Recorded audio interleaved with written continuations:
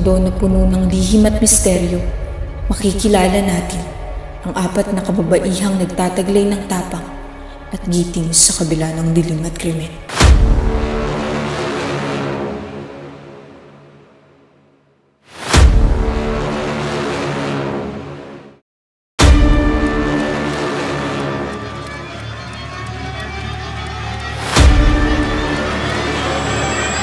Sa likod ng mga ngiti at masilimuot na mata, may apat na babae na magtatagpo.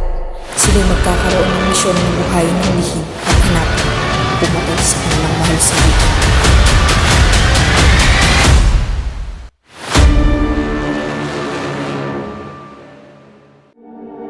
Si Mia, isang intrepid na namamahayag na andang ihayag ang mga lihim ng mga mayayamang pamilya.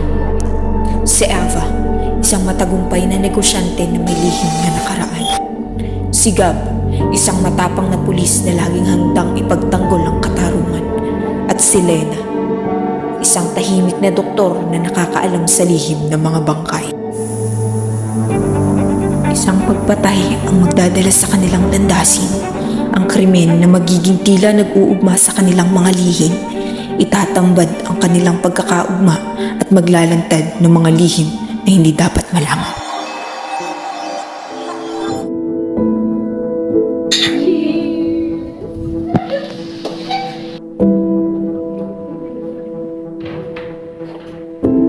Hoy!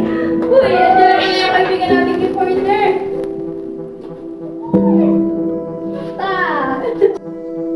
Gus!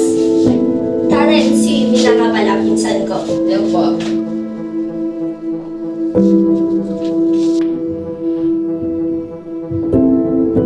Ate, andito na ako. Uy, bunso, nandiyan ka na pala. Oh, may dala akong pasalubong. Salamat. Ay, andito na ako. Pasalubong ko sa'yo. Basta araw mo. Ito, nakakapagod. Daming tao sa office kanina. Tapos kasi wala siya. Okay ka na ba? Hindi siya. Sa paghahanap ng katotohanan, magsisimula silang mag-alyansa, magsanib puwersa para harapin ang masalimuot na kahihinatnan. Subalit, ang bawat hakbang ay nagbubukas ng masalimuot na pintuan na kanilang nakaraan. Ako ba ang pumatay kay Vina? Bakit ako? Mahal na mahal ko si Vina. Paano ko magagawa sa kanya yun? Hindi ko siya kayang patayin. Ako? Pumatay? Hindi ko magagawang pumatay! At lalong hindi ko magagawang patayin ng pinsan ko! Ha? Hindi ako pumatay kay Vina. Sa tingin niyo makakaya kong patayin ang kaibigan ko? Hindi ako ang pumatay sa sarili kong kapatid!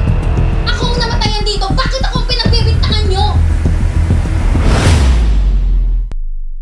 Pinatay mo ang kapatid ko! Naririnig mo ba ang sarili mo? Ikaw lang ang naiisip kong kaya gumawa sa kanya nun!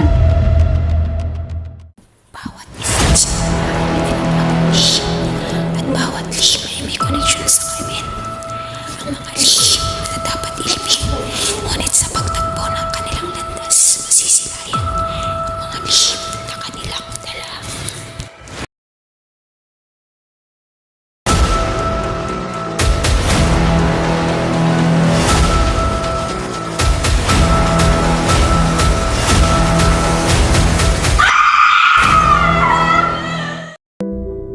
Sa bawat hakbang, mas lalalim ang misteryo, mas titindi ang suspense, saksihan, ang pag-usbong ng bagong henerasyon ng babaeng lumalaban hindi lamang para sa katarungan, kundi pati na rin sa sarili nilang paglayag.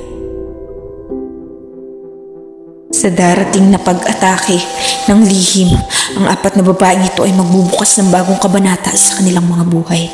Sa dilim ng krimen, isang kwento ng katotohanang nagtatago sa likod ng mga ngiti. Abangan sa mga sinahan sa buong bansa.